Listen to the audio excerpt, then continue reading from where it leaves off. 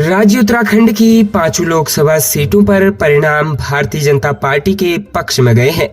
Haridwar Lok Sabha seat पर माना जा रहे त्रिकोणीय मुकाबले में भारतीय जनता पार्टी प्रत्याशी त्रिवेंद्र सिंह रावत ने बाजी मार ली है। उन्होंने कांग्रेस के प्रत्याशी और पूर्व मुख्यमंत्री हरीश रावत के बेटे वीरेंद्र रावत को करीब 1.5 लाख से ज्यादा वोटों के अंतर से हराया है, जबकि तीसरे नंबर पर निर्दलीय प्रत्याशी उमेश कुमार रहे। उत्तराखंड के पूर्व मुख्यमंत्री रहे त्रिवेंद्र सिंह रावत ने 2024 में पहली बार लोकसभा चुनाव लड़ा और जीत हासिल करने के बाद अब उत्तराखंड की जनता की आवाज संसद में उठाएंगे। हालांकि इससे पहले त्रिवेंद्र सिंह 2017 से 2021 तक करीब 4 वर्ष उत्तराखंड के मुख्यमंत्री रहे। मुख्यमंत्री के तौर पर उन्होंने प्रदेश के लिए कई बड़े फैसले लिए। हालांकि मुख्यमंत्री पद से हटने के बाद उन्हें कोई बड़ा पद नहीं मिला। 2024 में पार्टी ने त्रिवेंद्र को मैनिफेस्टो कमेटी की जिम्मेदारी सौंपी। त्रिवेंद्र सिंह रावत 19 वर्ष की आयु में संघ से जुड़े। 1979 में त्रिवेंद्र ने आरएसएस की सदस्यता ली। 1985 में देहरादून महानगर के प्रचारक बने। संघ प्रचारक के दौरान रावत ने समाज के साथ ही राजनीति को बारीकी से जाना। इसके बाद रावत ने भारतीय जनता पार्टी ज्वाइन करी। भाजपा के साथ ही त्रिवेंद्र सिंह रावत संघ में भी सक्रिय रहे। 1993 में त्रिवेंद्र सिंह रावत उत्तराखंड आंदोलन में भी सक्रिय रहे, जिसके लिए त्रिवेंद्र सिंह रावत कई बार गिरफ्तार हुए। 2007 के विधानसभा चुनाव में त्रिवेंद्र ने डोईवाला से जीत हासिल करी। इस बार उन्हें भारतीय जनता पार्टी सरकार में कैबिनेट मंत्री का दर्जा देते हुए कृषि मंत्री की जिम्मेदारी दी गई। वर्ष 2012 में त्रिवेंद्र ने रायपुर विधानसभा सीट से चुनाव लड़ा, लेकिन उन्हें पराजय का सामना करना पड़ा। इसके बाद 2013 में त्रिवेंद्र को भारतीय जनता पार्टी ने महासचिव बनाया। 14 के लोकसभा चुनाव में अमित शाह ने त्रिवेंद्र सिंह रावत को यूपी टीम में शामिल किया। इसके साथ ही 2014 में त्रिवेंद्र सिंह को भारतीय जनता पार्टी ने झारखंड का प्रभारी बनाया। वर्ष 2017 में उत्तराखंड विधानसभा में त्रिवेंद्र सिंह ने डोईवाला से चुनाव लड़ा और बम्पर जीत हासिल करी। इसके बाद उन्हें हाईकमान ने उत्तराखंड का मुख्यमंत्री बनाया। त्रिवेंद्र सिंह रावत ने 18 मार्च 2017 को उत्तराखंड के मुख्यमंत्री के तौर पर शपथ ली। वो 2021 तक उत्तराखंड के मुख्यमंत्री रहे।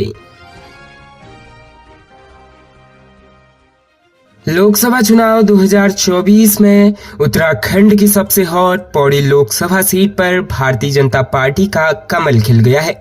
पौड़ी लोकसभा सीट पर भारतीय जनता पार्टी कैंडिडेट अनिल बलूनी जीत गए हैं। अनिल बलूनी ने कांग्रेस के गणेश गोदियाल को हराया है। बता दें, कड़वाल लोकसभा सीट अनिल बलूनी के लिए टफ दिख रही थी। कांग्रेस कैंडिडेट गणेश गोदियाल ने सोशल मीडिया से लेकर रैलियों में जमकर बलूनी के खिलाफ माहौल बनाया। एक वक्त ऐसा लग रहा था कि अनिल बलूनी ये सीट हार जाएंगे, मगर आखिर में अनिल बलूनी ने पौड़ी लोकसभा सीट पर विजय श्री दर्ज करी है। बता दें, अनिल बलूनी उत्तराखंड से राज्यसभा सांसद रह चुके हैं।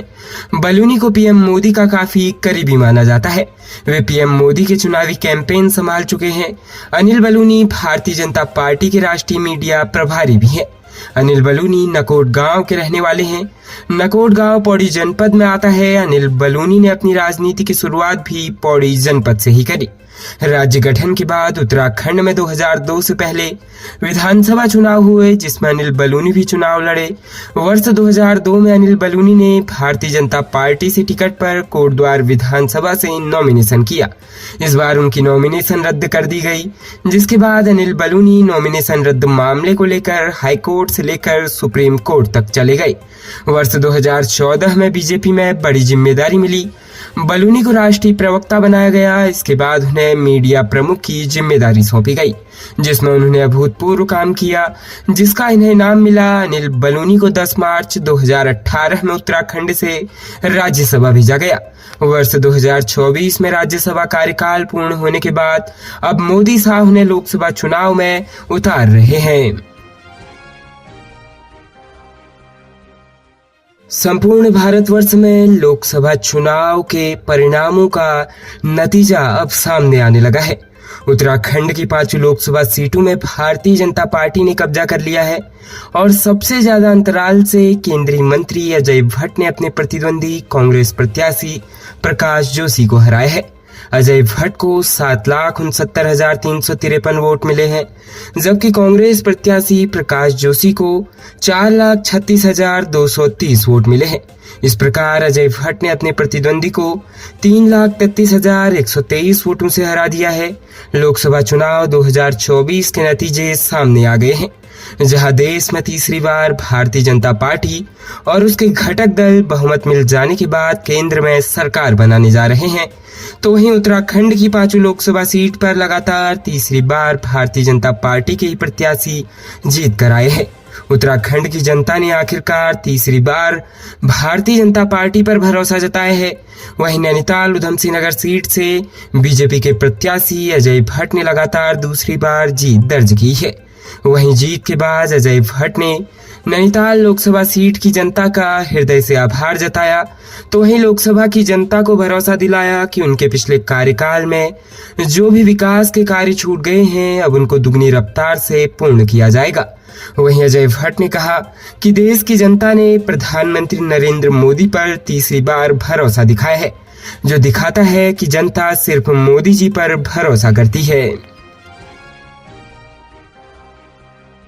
प्रदेश की टिहरी लोकसभा सीट पर भी भारतीय जनता पार्टी ने जीत दर्ज की है।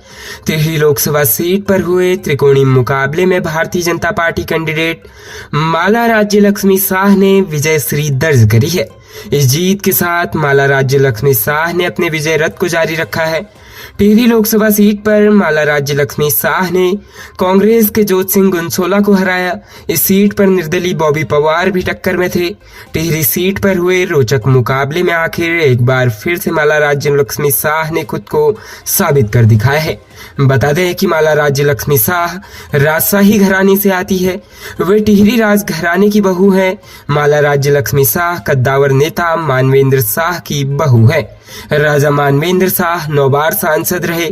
संभवतः सबसे पहले लंबे समय तक सांसद रहे माला राज्य लक्ष्मी शाह उत्तराखंड की पहली महिला सांसद है। 2012 में अपने सांसद ससुर मानवेंद्र शाह के निधन के बाद पहली दफा उपचुनाव में जीती थी। पहली बार उन्होंने उपचुनाव में विजय बहुगुणा के पुत्र साकेत बहुगुणा को हराया। माला राज्य लक्ष्मी शाह 2012 से लगातार 3 बार की सांसद है। बता दें कि उत्तराखंड की 5 लोकसभा सीटों पर कुल 57.24% मतदान हुआ, जिसमें 50.64% पुरुष मतदाता और 49.36% महिला वोटर्स ने प्रतिभाग लिया। प्रदेश में कुल 83,37,914 मतदाता हैं, जिसमें से मात्र 47,72,484 मतदाताओं ने ही अपने मताधिकार का प्रयोग किया। ऐसे में 5 लोकसभा सीटों पर आज कैंडिडेट की किस्मत का फैसला हुआ है।